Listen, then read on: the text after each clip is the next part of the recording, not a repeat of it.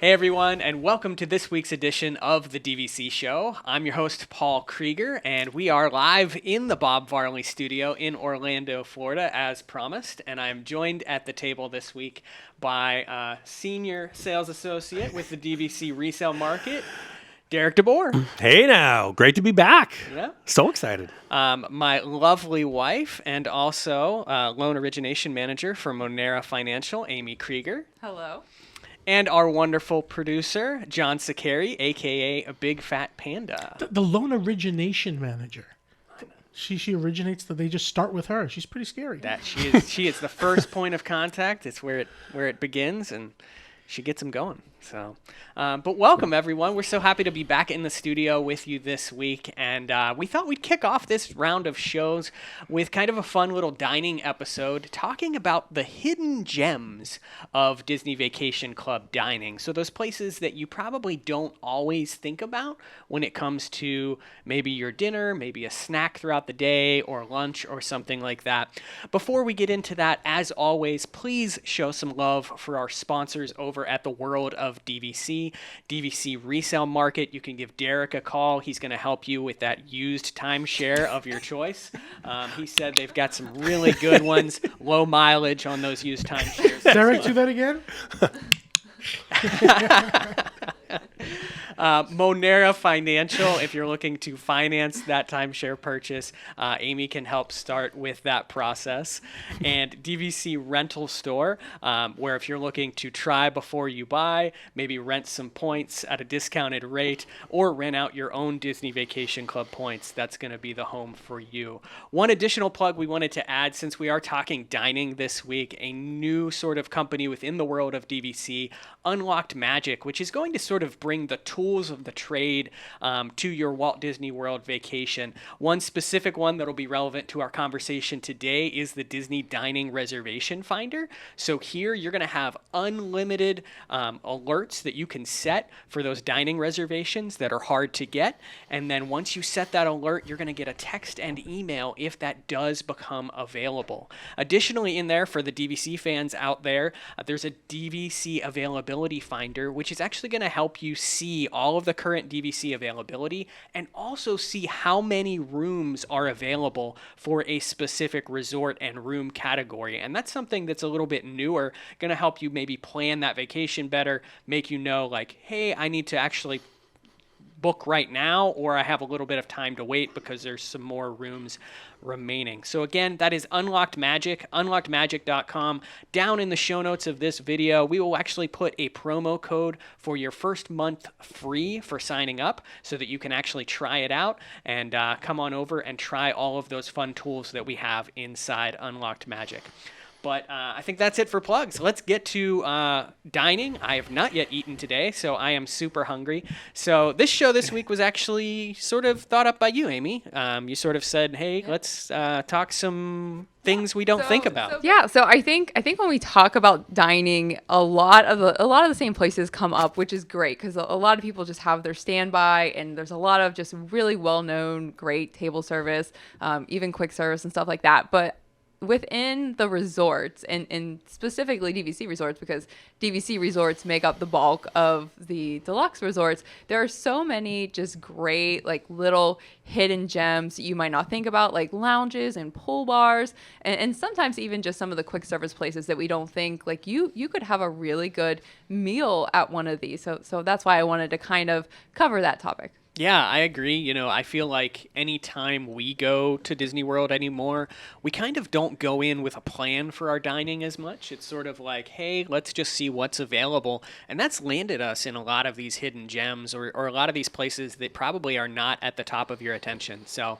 I think we're going to go around the room, sort of name some of our favorites, some of the ones that we wrote down that we thought were some good choices. And let's start with you, Derek. Gonna start with me. Yeah. How exciting. I mean, you've been there for so long. That, Are you going back to that senior sales agent? Is that what you're Senior saying? sales agent. 1971, my favorite restaurant.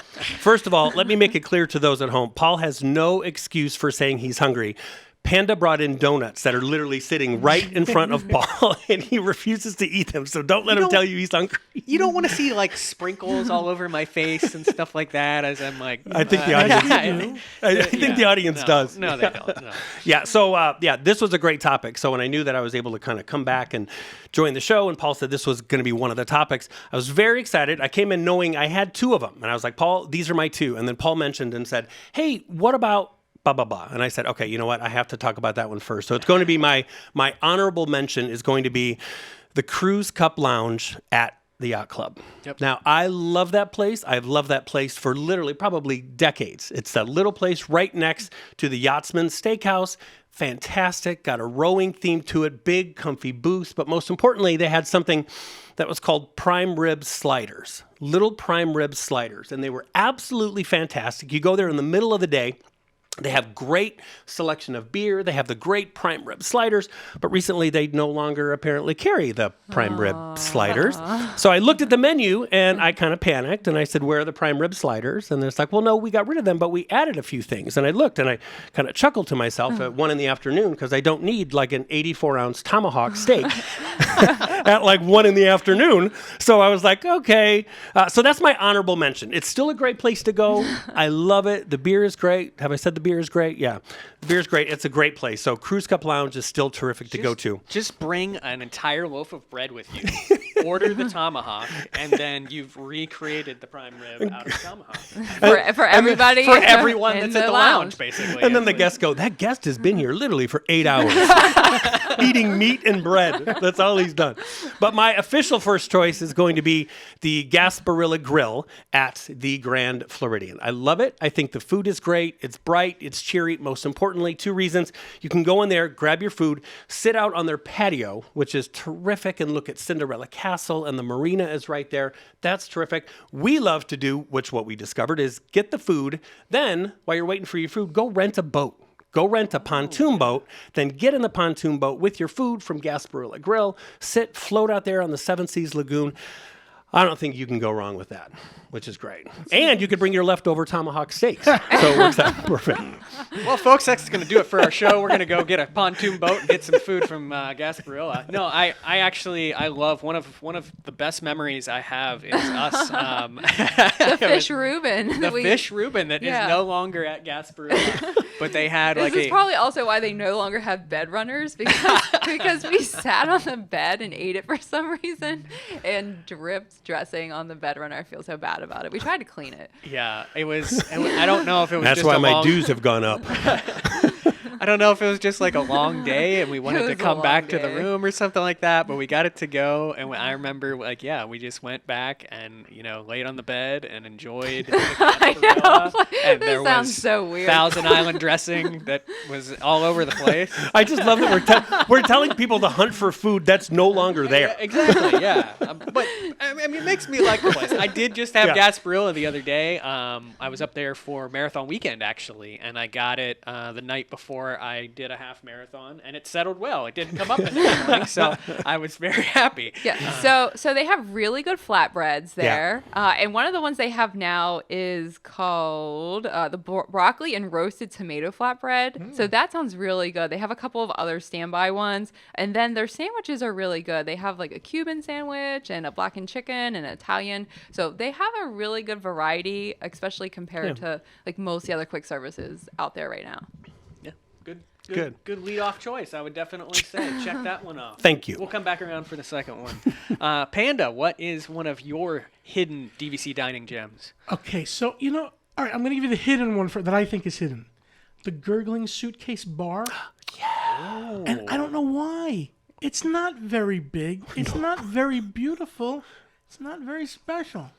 But it is, and I don't know why. I think because it seats like 2 people in the whole whole place. It is great. 2.5 I tops. agree with you. Yeah. I also I think it's the bartender. I think there's a common right. Okay, Derek. If Derek knows more than me, there's one guy that I see all the time, and he's just pleasant and it feels good to get a drink there, and I'm not a big drinker, but Well, it's such a place because it's at Old Key West. So there's so many people that literally have almost, gone to Old Key West every single year. So it's like a home away from home from so many people that I hear about all the time is I can't wait to get to Disney. The first thing that they want to do is not go ride the new ride, not go here. They want to go have a drink at the Gurgling Suitcase. Right. Okay. And they have like this little neon thing with the guy holding the suitcase over. There's that. I guess that makes it special because it's kind of doesn't. It's a hole in the wall, but yet they do make it special. It's right on the marina too, which is cool. So you see people walking and then the boats going by. So my only complaint about the Gurgling Suitcase is it needs to be open later. The dining options at Old Key West, I would say, need to be open a little later. Do you remember what time it was closed for you? It's open until 11, but that's just for alcohol. The food stops at, it looks like 9 p.m. That's still early. Yeah, 9 p.m. was early. We actually just went there when we did like a 2-night stay over Christmas, over the Christmas holiday season. But we stayed at Epcot late to see the fireworks and everything, and we didn't get back until after that. And we were still hungry, and so it was like, what can we get late at night? Well, at Old Key West, you're kind of stranded at Old Key West, and you don't have a whole lot of options. And if all of the food options sort of close, I know I'm sort of expanding this into Gurgling Suitcase in general, and not just the bar, but would definitely love to see it open later. But we had some good last-minute food there. I think I had a tuna sandwich. I think you're thinking of Goods food to go, but they're right next to each other, and it's literally the same menu. So yeah. But they have really good stuff. So the barbecued pulled pork nachos are actually really good. They have some cheeseburgers and veggie burgers and stuff like that. We had the same food next door at that quick service, but they also have some stuff that they make from Olivia's. So I think that they have shrimp fritters and fried pickles on their menu as well, and those I think come from Olivia's. So Goods food to go if you want the food to go. And then Gurgling Suitcase if you want to meet Panda for a drink. Any specific drinks that they specialize in there? I think I've always gotten like whatever the special was on the board, whatever the sweetest, craziest, fruitiest drink would be. They need like a drink that's like served out of like a suitcase shaped mug or something. Ooh, who knows? They might have such a thing. Yeah. Look at that. I'm taking notes. Write that one down, Disney. A suitcase drink with a fish Reuben. I think you've got it. It's their version of a Happy Meal. A Happy Meal. Amy, what is your first hidden gem of DVC Dining? You caught me off guard.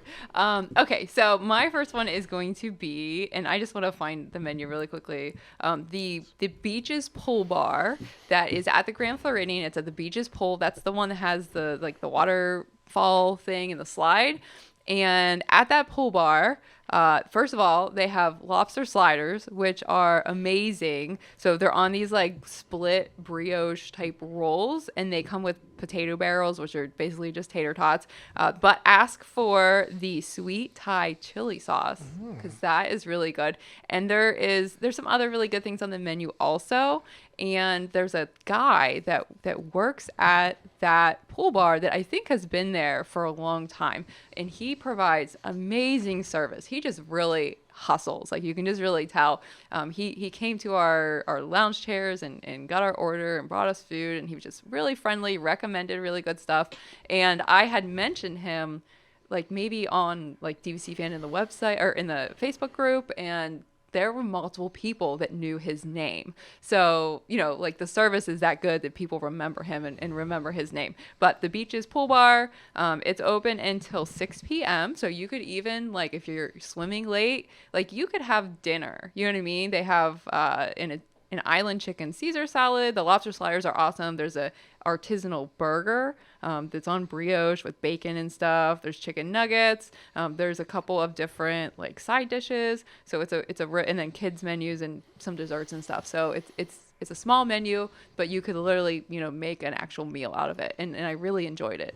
Yeah, I think a lot of the pool bars that are out there are actually sort of hidden gems in terms of the unique offerings that you can get at each of them and some of the special foods that are out there. So well, it just got me thinking too as Amy was talking, because I know what my second choice is, and then I'm like, well, no, I think I want to go with say the pool bar service at the Polynesian for the food, just because most places now when you sit there, they'll come around and take your order for lunch, for drinks and all that stuff. And I've had at the Grand and the Poly, I love it. I mean, I thought the food was fantastic. I mean, you're probably, covered in sun and pixie dust, so I'm probably willing to, probably wasn't maybe the best burger in the whole entire world, but man, when you're sitting there eating, staring at Cinderella Castle right in front of you, it's like, this is the best burger I've ever had. It can be the worst burger and it can be the best all at the same time. That magical Disney touch to it.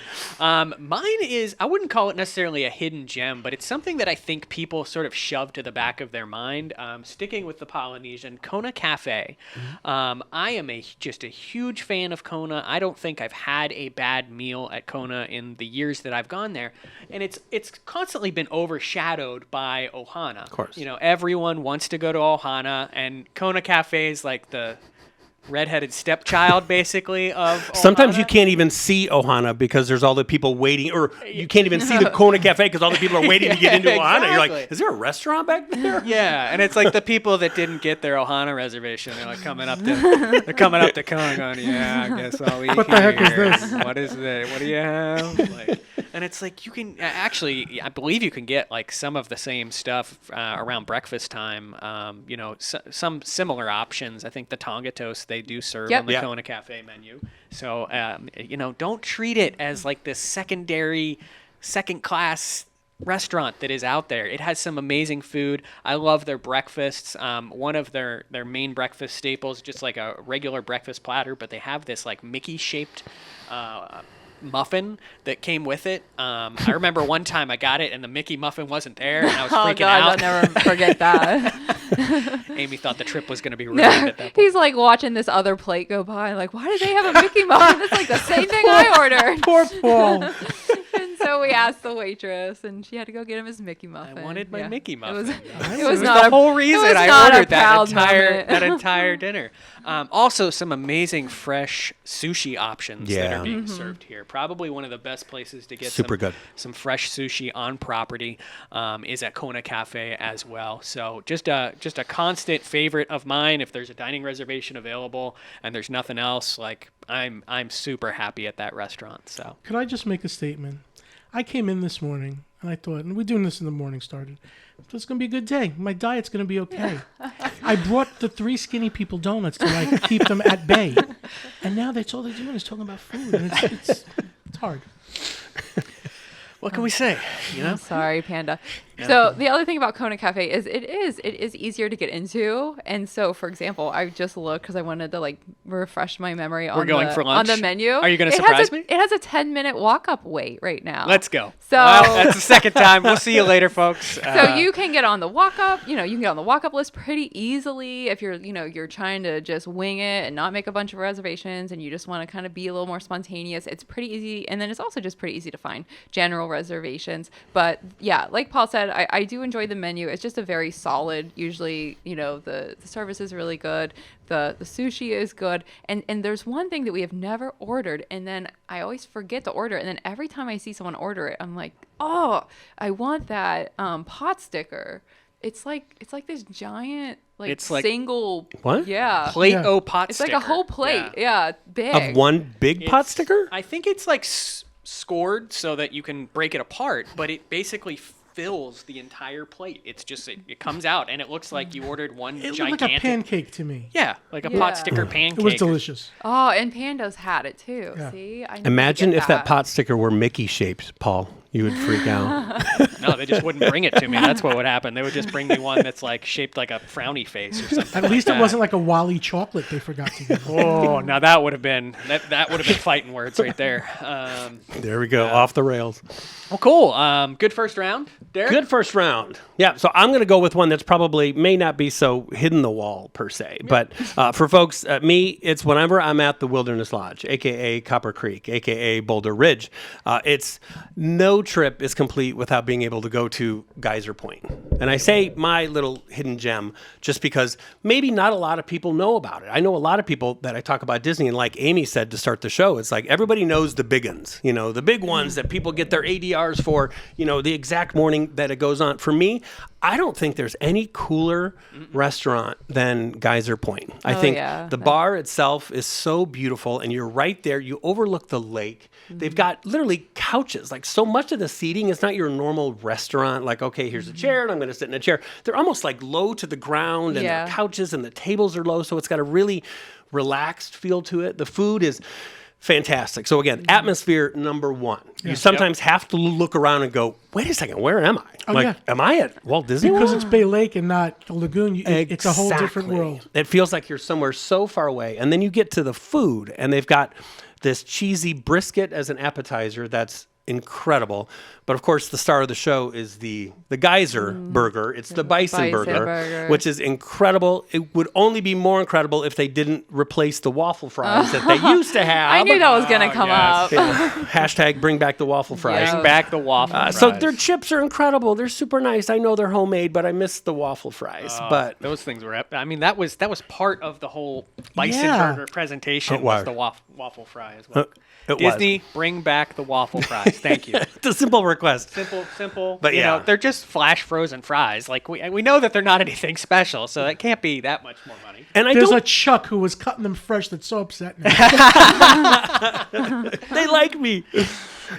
No, we've talked about Geyser Point multiple times on the show, but again, like with the theme of DVC dining hidden gems, it's still not a place that probably people put on their Right. destination list. It's not someone that they put on their we sort of pencil this in for one of our dining reservations on our trip, and it definitely should be, in my opinion. Because And of I don't think you everything can make dining reservations No. for You it, cannot. right? No. That's no, key. there is like a walk-up Walk-up list. line. Yep, which you can get on if you're close enough to the restaurant. So especially if you're staying at the Wilderness Lodge, it's probably the easiest. I don't know what the parking situation is if you try to park and you say I'm going there, but if not, then park. If you're a pass holder, park at Magic Kingdom and take a boat over, or somewhere else where you can park and take like a bus or something over. But yes, I like because people don't make reservations. You kind of like forget about it sometimes. But we always eat that bison burger, so I need to like check out other things on the menu. Yeah. We've actually just sat there and worked during an afternoon one time, and had sort of a late lunch and stuff like that. I think it was before a Moonlight Magic event actually. Yep. that we did that, and it's just like That's probably why it's hard to get a table, because you're like, these people literally. These people are never leaving. Bargain for an hour. But I even go back to like this time of year. It is a little bit chillier down in Florida, and they've got heaters. Yeah. They've got outside heaters for that area and all that kind of stuff. So, awesome choice. Yeah. Awesome. Thank I think you. you picked some picked some solid ones there. Panda, you got a tough one to beat.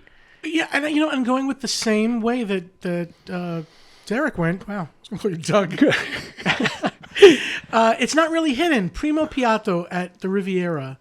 Again, it's not that it's hidden, but a lot of people I find don't know about it or haven't visited it. I think because they hear Riviera and Topolino's is all they think is there.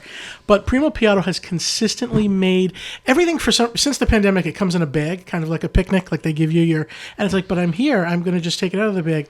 But I've always felt that there was love in the bag, in the packing, in the food. They have a tomato soup there that I really love, and I hope they don't change it. Every sandwich that I've seen, even if I haven't tried it, has looked fantastic. So, Primo Piatto at the Riviera.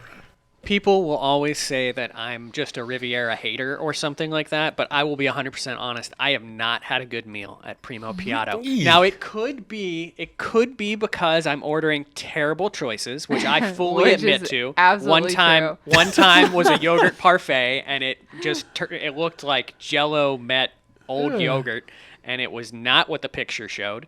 The second time was like a shrimp salad, and it had like 1.5 sad-looking shrimps that had a sad face on them that were on it.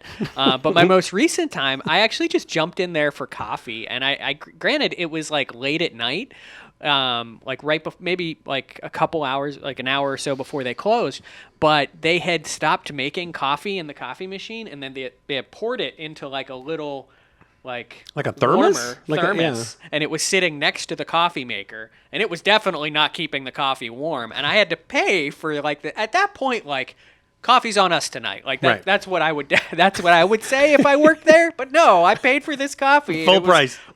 full price lukewarm coffee. The only again, real meal I heard there was the shrimp thing, and there's no excuse for it. The parfait, that I could do something. This late night All right, you take me for lunch to You Primo, got it. and we are gonna go. And Absolutely, we'll do I this. will review it and hopefully have a wonderful meal. And We will like I do said, that. it's totally on me. And You've I'm not a yeah, Riviera, you've not ordered anything real and substantial. You know what I mean? and It's I'm not a like- Riviera hater. It's just I just have to say the truth. Like I just haven't had a good meal there. Can't imagine how that went wrong. Lukewarm coffee and a shrimp salad. It sounds delicious. I'm gonna eat a donut now.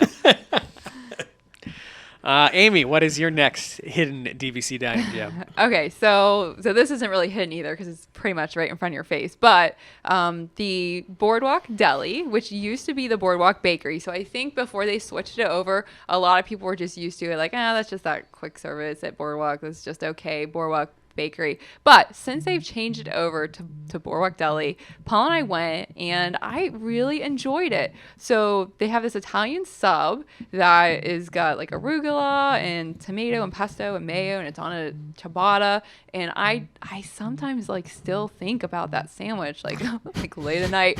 Just like Paul's like, what are you thinking about? It was so good. There was something about the bread and how it was like the perfect amount of like crusty and soft, and I don't know. It was a really good sandwich.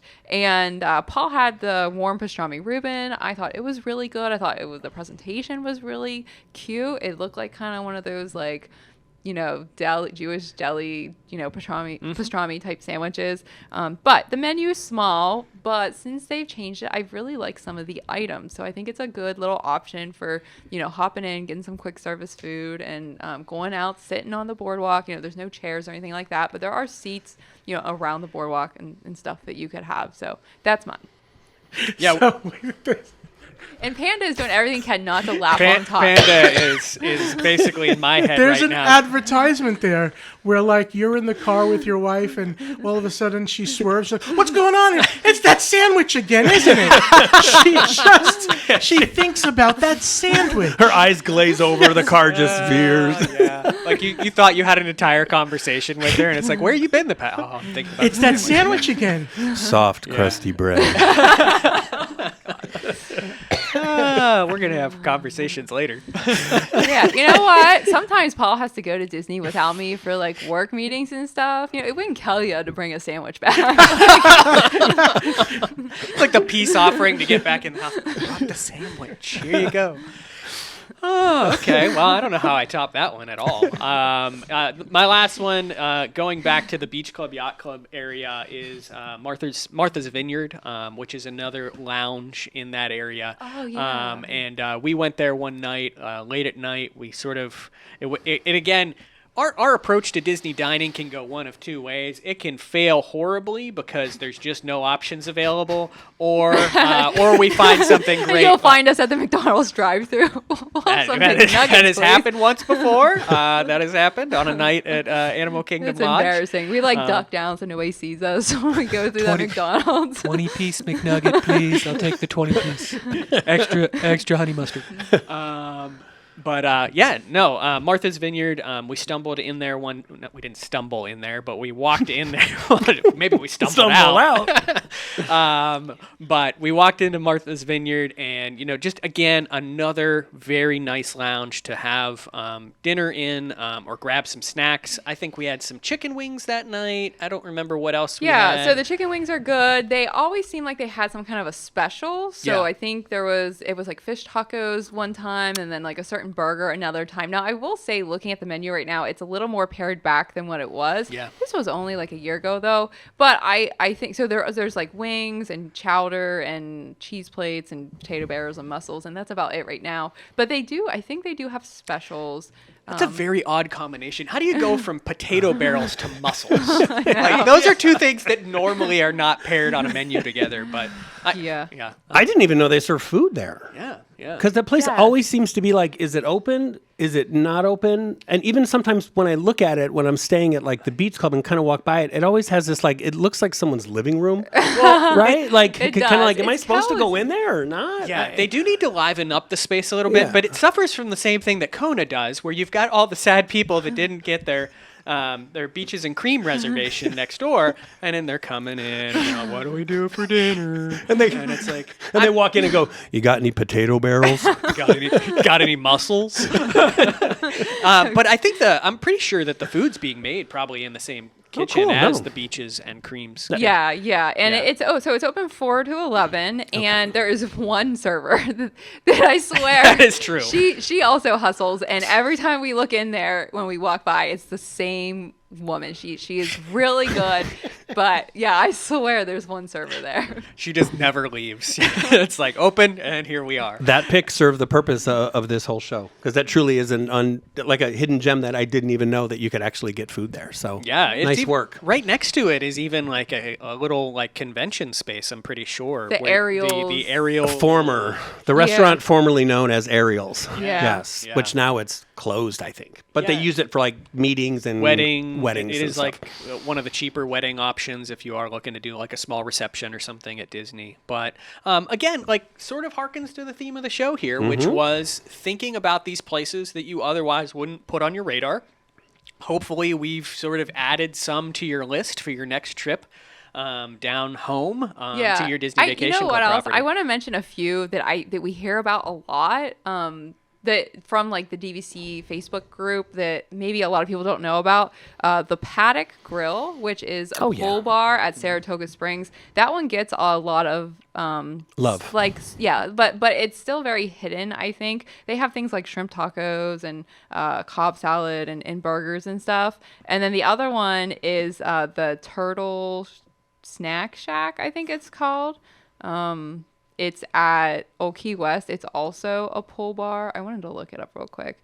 Turtle Shack Poolside Snacks. And that place has actually a really pretty decent sized menu. They have like tuna sandwiches and chicken Caesar and pulled pork and buttermilk chicken sandwich, which I'm guessing that's similar to the buttermilk fried chicken Olivia's. that's at Olivia's.